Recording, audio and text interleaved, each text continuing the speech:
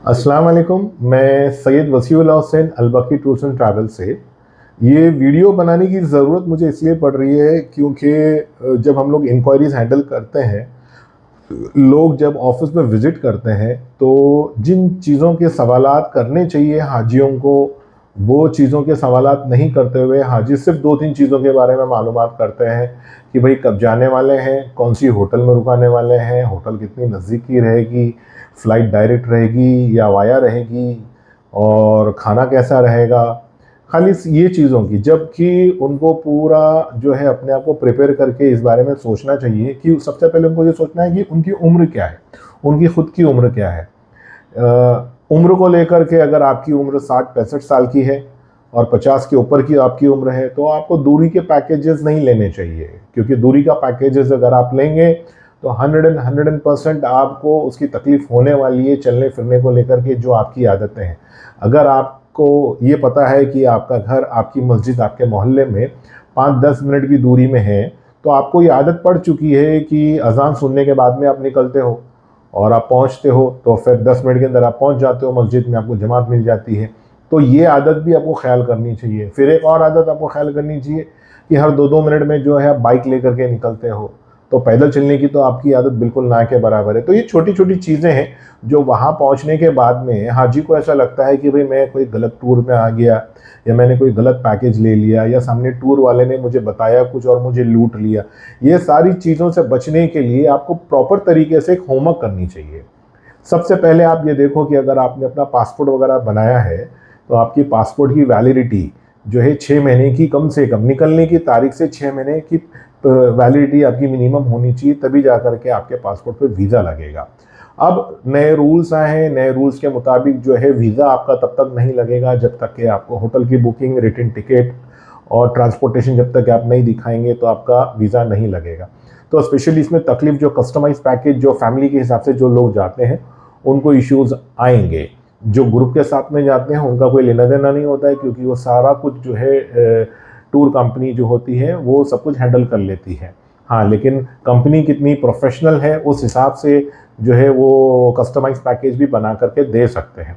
तो जैसे कि मैंने आपको कहा कि सबसे पहले आपको ध्यान देना है कि आपको पासपोर्ट की वैलिडिटी और पासपोर्ट जो आप सबमिशन कर रहे हैं और निकलने की तारीख, जो निकलने की तारीख है आपकी, जैसे कि आप महीना भर पहले बुकिंग अगर करा रहे हैं और पासपोर्ट की वैलिडिटी अगर आपकी 6 महीने की अगर रही तो आपका वीज़ा भी नहीं लगेगा। बहुत सारे लोग जो है अचानक ध्यान में लेकर आते हैं कि भाई कल प्लान किया और चल दिए, तो फिर आप जब जाके पासपोर्ट ओपन करके देखेंगे तो आपको पता चलेगा कि भाई ये मामला थे, आप ट्रैवल नहीं कर सकते। फिर आप ये भी प्लान करो कि आप कौन से मौसम में जा रहे हैं, है ना। तो इन चीज़ों का भी आपको ख्याल रखना है। तो मैं पॉइंट वाइज जो है मैंने नोट डाउन करके रखा हुआ है, तो मैं आपको एक एक सारी चीज़ें जो है मैं आपको बताता चले जाऊँगा। जैसे कि मैंने अभी आपको पासपोर्ट के बारे में बताया। दूसरी चीज़ मैंने आपको उम्र के बारे में बताया है कि अगर आपकी एज यंग एज है तो यंग एज के हिसाब से, मतलब टीन एज की उम्र में हो आप, या टीन एज की उम्र के ऊपर 30-35 या 20-25 की एज में आप हो ऑलरेडी, तो आप दूरी का डिस्टेंस वाला पैकेज भी अगर ले लेंगे तो आपका बजट भी सेट हो जाएगा और आप पैदल भी आ जा सकेंगे, तो कोई तकलीफ नहीं होगी। आप एकदम कैजुअल हो जाएंगे उस चीज़ के अंदर, आपको आदत लगेगी आने जाने के हिसाब से, कोई प्रॉब्लम नहीं है। लेकिन अगर आपकी उम्र ज़्यादा है तो मैं कभी भी प्रेफर नहीं करूँगा कि शटल सर्विसेज वाला पैकेज आप लो। स्पेशली उन बच्चों को मैं ये बात बोलूँगा कि जब आप अपने माँ बाप के लिए उम्र का पैकेज सेट करते हैं तो ये ध्यान दो कि उम्र क्या है, उस उम्र के हिसाब से उतना चल पाएंगे क्या नहीं चल पाएंगे, है ना। बस में चढ़ना उतरना होगा, क्योंकि वो चढ़ना उतरना 5 बार अगर करेंगे तो जाहिर सी बात है वो तकलीफ में आ जाएंगे, इतना थक जाएंगे वो कि रात में जो वक्त है हरम का ज़्यादा से ज़्यादा जो बिताया जा सकता है वो नहीं बिता पाएंगे। वो थकान के मारे जो है वो ज़्यादा से ज़्यादा फिर होटल में ही 50% टाइम उनका सोने में चला जाएगा और 50% टाइम उनका हरम में चला जाएगा। हाँ, और एक चीज़ ये तकलीफ होगी कि दूरी की होटल अगर आप लेंगे तो वो जाते वक्त में तो अपने टाइम के हिसाब से पहुंचेंगे, लेकिन आते वक्त में वहाँ पे पूरा हुजूम का हुजूम बाहर निकलता है और बस सर्विसेज रहती है, और बस में बैठ करके अगर आप जाएंगे तो पहुंचने तक के खाना ठंडा होने के पूरे पूरे चांसेस होते हैं। तो ये तकलीफ़ें उन लोगों को होती है। फिर उनका डायबिटीज़ का मसला रहेगा, ब्लड प्रेशर का मसला रहेगा, तो इन चीज़ों का भी आपको ख्याल करना पड़ता है पैकेजेस स्पेशली बुकिंग करते वक्त में। और अगर आप मिडिल एज में 30, 35, 40 एज में भी कोई प्रॉब्लम नहीं है, और यंग एज में तो कोई ज़्यादा प्रॉब्लम होती ही नहीं है। दूसरी चीज़, अगर आपके पेरेंट्स, आपके माँ बाप जो है, बुज़ुर्ग लोग जो है ट्रैवल कर रहे हैं, तो मौसम का आपको ख़ास तौर पे ध्यान रखना है। स्पेशली आप अप्रैल से लेकर के सितंबर के महीने में जब जाएंगे तो वहाँ बहुत ज़्यादा गर्मी होती है। वो सिचुएशन के अंदर जो है करीब का पैकेज लेना ज़्यादा ज़रूरी हो जाएगा, चाहे कोई भी उम्र के लोग जाएंगे। अगर आपको गर्मी बर्दाश्त है तो आप दूरी की पैकेजेस लो, टीनेजर्स, यंग एज वालों के लिए, मिडिल एज वालों के लिए मैं बोल रहा हूँ। लेकिन अगर आपको गर्मी बर्दाश्त नहीं है, आप घर में भी एसी लगा करके बैठ रहे हैं, बगैर फ़ैन के आपका काम नहीं चल रहा है, तो फिर आपको जो है करीब वाला ही पैकेज लेकर के चलना चाहिए। थोड़ा सा ठंडा और कंफर्टेबल रहता है नवंबर और फरवरी के महीने में, तो ठीक ठाक मौसम रहेगा इसमें। लेकिन अगर आप थोड़ा सा रमज़ान के महीने में जाओगे तो रमज़ान में तो फिर और ज़्यादा गर्मी का मौसम रहेगा, है ना। हाँ, और एक बात ख़ास तौर पे वहाँ पे कि वहाँ मौसम जो है ना 2-2 4-4 दिन के अंदर, 8-8 दिन के अंदर फ़ौरन चेंज भी हो जाता है। अचानक आपको बारिश गिरती हुई दिखेगी। मदीना स्पेशली जब आप पहुँचोगे तो अचानक से आपको ठंडी भी नज़र आएगी। तो ये सिचुएशन के अंदर कुछ गर्म कपड़े भी आप लोगों को रख लेने पड़ते हैं, मफलर वगैरह भी रख लेना चाहिए आपको। तो ये बेसिक नेसेसरी है। और जो लोग दवाइयाँ यूजुअली यूज़ करते हैं, एजेड लोगों के लिए मैं बोल रहा हूँ, बुज़ुर्गों के लिए मैं बोल रहा हूँ, तो जब आप 15 दिन का पैकेज बनाते हैं तो ट्रैवलिंग करते वक्त में आप 3 घंटा 4 घंटा पहले एयरपोर्ट पर पहुँचोगे, 5.5 घंटा आपका ट्रैवलिंग जाएगा, फिर एयरपोर्ट उतरोगे 2 घंटा आपका चेकआउट करने में जाएगा, फिर जद्दा एयरपोर्ट से मक्का पहुंचने में भी आपको 2 घंटे का टाइम लग जाएगा। तो कुल मिला के 12 से 13 घंटे का टाइम आपका ये चला जाता है। फिर जाते ही साथ ही आप 3-3.5 घंटे का आप उम्रा करने में टाइम चला जाएगा। तो कुल मिला करके जो है 12-13 घंटा, 14 घंटे का टाइम आपका जाता है। तो 2 वक्त की खुराक जो होती है आपकी, जो मेडिसिन आपकी होती है, वो मेडिसिन आपको अपने हैंड बैग में रख लेनी चाहिए, ताकि आपको सहूलत हो। जाते ही साथ आप अपना लगेज ओपन करके अपनी दवाइयाँ ढूंढते हुए नहीं बैठोगे, है ना। आप एहराम की हालत में रहोगे, फ़ौरन पहुँचोगे। तो बाकी की 12-13 दिन की जो दवाइयाँ होती है वो आपको अपने लगेज के अंदर रखनी है, और 2 दिन की खुराक जो है आपको अपने हैंड बैग में रखनी चाहिए, ताकि आपको सहूलत हो जाए जो आपके साथ आपका फैमिली मेम्बर होता है उनके लिए। और एक और चीज़ ये है कि जो एजेड लोग होते हैं, स्पेशली आदमियों की मैं बात करता हूँ, मेल मेंबर की, उनकी एक आदत होती है, जैसे वो उम्र में पहुँचते हैं तो उनको उठने बैठने को लेकर के जो है उनके पार्टनर की इनको ज़रूरत पड़ती है, या उनका कोई फैमिली मेम्बर, उनका बेटा हो या उनकी बेटी हो, उनकी वाइफ हो, ठीक है। तो उनको एक टाइम टू टाइम खाने की ज़रूरत है, टाइम टू टाइम वॉशरूम वगैरह यूज़ करने की ज़रूरत है। तो ऐसी सिचुएशन में जब आप शेयरिंग वाला रूम लेते हैं तो आपको तकलीफ़ें आएगी, और आपकी नोक झोंक बढ़ जाती है आपके रूम के जो पार्टनर्स होते हैं, दूसरे जो हाजी होते हैं, उनको लेकर के, क्योंकि उनका टाइम टेबल और आपका टाइम टेबल सेट नहीं होता। तो स्पेशली ऐसे लोगों को मैं बोलूँगा कि 2 लोग जा रहे हैं तो 2 का बेडरूम ले लीजिए, 3 लोग जा रहे हैं आप लोग एक ही घर के, तो 3 का सेपरेट रूम ले लीजिए। क्योंकि जब आप शेयरिंग में रूम शेयर करते हैं तो वॉशरूम, टॉयलेट वगैरह आपको शेयर करना होता है बाकी के लोगों के साथ में। उनके टाइम टेबल, उनकी दवाइयाँ, उनका नहाना धोने का टाइम सेट नहीं होता है। और आदमियों को ख़ास तौर पे जो है लेडीज़ की ज़रूरत पड़ती है, जब वो नहाते वक्त में जो है उनको कपड़े वगैरह देने के लिए ज़रूरत पड़ती है, या उनको हाथ पकड़ के वॉशरूम लेके जाना पड़ता है। तो ये सारी सहूलतें जो है आपको सेपरेट रूम में मिल जाती है। इसलिए मैं हमेशा आपको गाइड करता हूँ कि आप लोग सेपरेट रूम लेकर के चले, क्योंकि 2 पैसा जाता है आपका, लेकिन जो कंफर्टेबल रहता है वो आपके लिए बेहतरीन रहता है ना। तो ये एक चीज़ है। सेहत के बारे में और आपकी आदतों के बारे में आपको ख्याल रखना बहुत ज़रूरी है। दूसरी चीज़ ये, जब आप पैकेजेस लेते हैं तो इकोनॉमिक पैकेज ले रहे हैं या स्टैंडर्ड पैकेज ले रहे हैं या सुपर डिलक्स पैकेज ले रहे हैं, इसके बारे में भी मैंने आपको बताया है कि इकोनॉमिक में क्या होता है, थोड़ा सा वॉकिंग डिस्टेंस तो होता है, लेकिन आपके पैसे भी बचते हैं। अब आपकी उम्र फिर आ जाएगी बीच में, अगर आपकी उम्र 55 साल के ऊपर के हैं तो फिर इकोनॉमिक पैकेज भी आपके लिए सूटेबल नहीं है। लेकिन अगर आप 40-45 साल की उम्र है तो आपके लिए इकोनॉमिक पैकेज बेहतरीन है, आप जा सकते हो, और टीनेज का तो कोई मसला ही नहीं है, ठीक है। सुपर डिलक्स पैकेज आपके लिए बेस्ट रहता है, क्योंकि 2 या 3 मिनट की वॉकिंग डिस्टेंस होती है। मक्के की और मदीने की तो हार्डली 1 मिनट की भी डिस्टेंस नहीं होती है।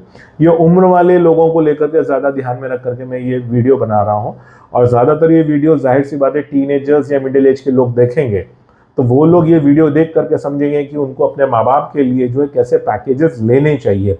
सिर्फ पेमेंट मत देखो, ये मत देखो कि भाई मेरा एक ख्वाब है, मेरे माँ बाप को मुझे उम्रा कराना है, बराबर है आपका ख्वाब है, लेकिन वो ख्वाब उनके लिए जो है तकलीफ देह नहीं होना चाहिए। आप अपना बजट देख रहे हैं और आप बिल्कुल, आपको क्या लगता है टूर वाला उनका हाथ पकड़ करके उम्रा कराता है? बिल्कुल कोई टूर वाला उम्रा नहीं कराता है हाथ पकड़ करके, क्योंकि वो अपने पूरे अरेंजमेंट में लगा होता है। उसको एक हाजी को नहीं संभालना होता है, बाकी हाजियों को भी संभालना होता है। अगर आपको ऐसा लगता है कि आपके माँ बाप जो है ज़्यादा देर पैदल नहीं चल पाएंगे और आपका बजट भी नहीं है, तो आपको उनको यहाँ से एक व्हील चेयर लेकर के देना चाहिए, और वो व्हील चेयर लेकर के ढकेलने के लिए, उनको बिठा करके बिठाने के लिए, लेके तवाफ कराने के लिए उनके साथ में एक आदमी होना ज़रूरी है।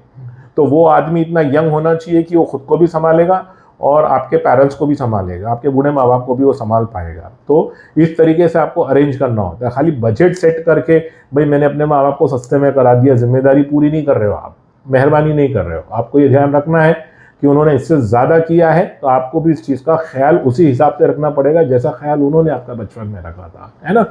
तो ये चीज़ों का आपको ध्यान देना है।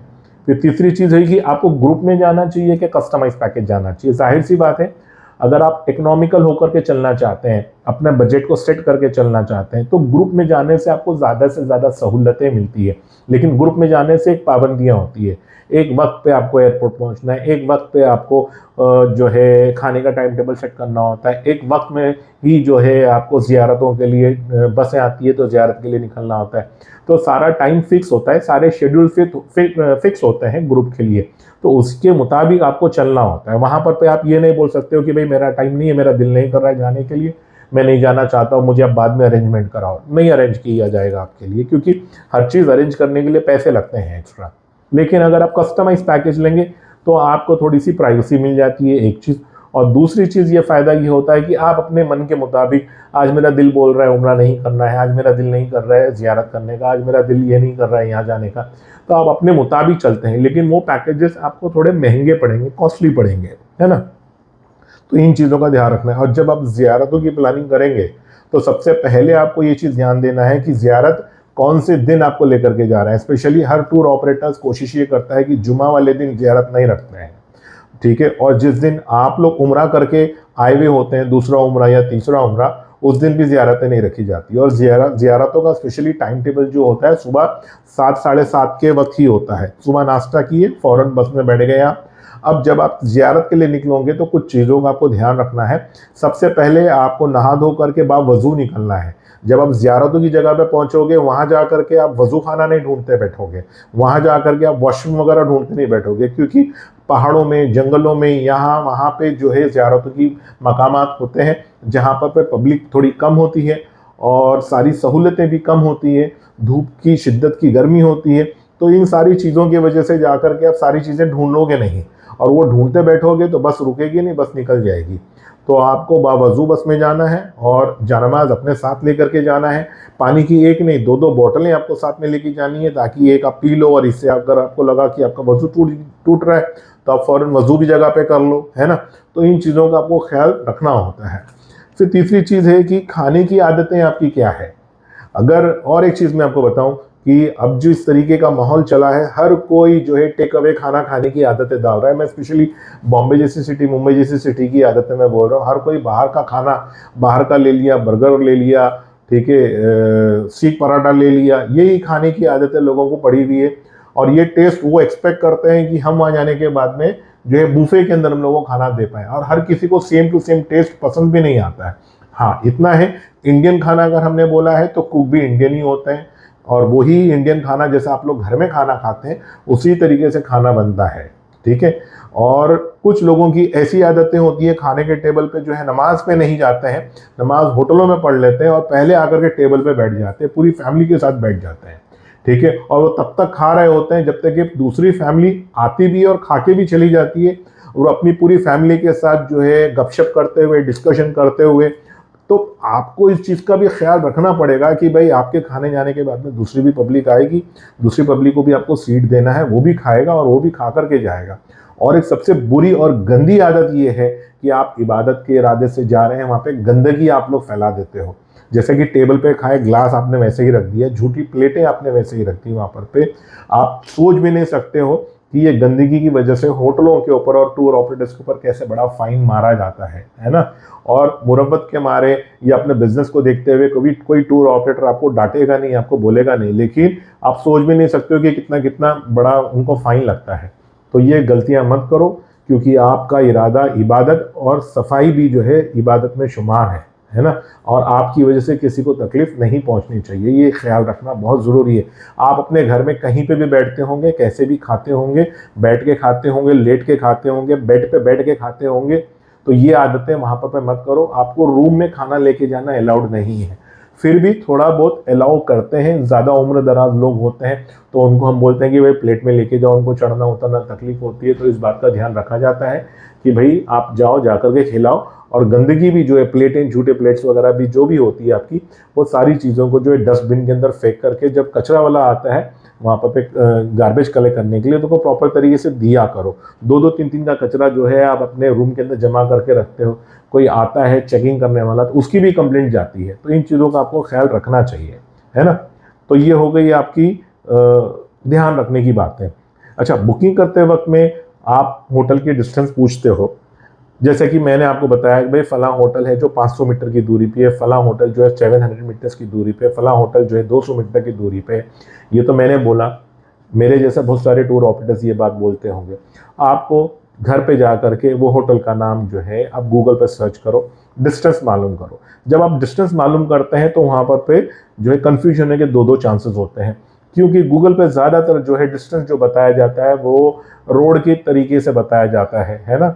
जहाँ से 4 व्हीलर और बस जाने वाली जो ट्रैफिक होती है उस रास्ते से बताया जाता है, पैदल जाने का रास्ता नहीं बताते हैं।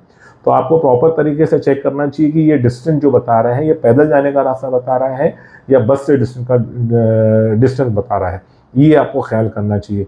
और फिर ज़ियारतों का टाइम टेबल पहले से फिट कर लो। हाँ, जब आप मदीने जाते हैं तो वहाँ पर जो है अपॉइंटमेंट लेना पड़ता है, तो आप अपने मोबाइल के अंदर ऐप डाउनलोड कर लो, ठीक है। ज़्यादातर जो बुजुर्ग लोग हैं उनके लिए मैं स्पेशली बोलता हूँ कि आपके बच्चों को यहीं से सारे ऐप वगैरह डाउनलोड करके, बॉटिम वगैरह हुआ, IMO वगैरह हुआ, ये उनके मोबाइल पे लोड करके दो। उनको कम से कम फ़ोन लगाना सिखा दो, ताकि वो वहाँ जा करके जो है दूसरों से मदद मांगता ना फिरे, है ना।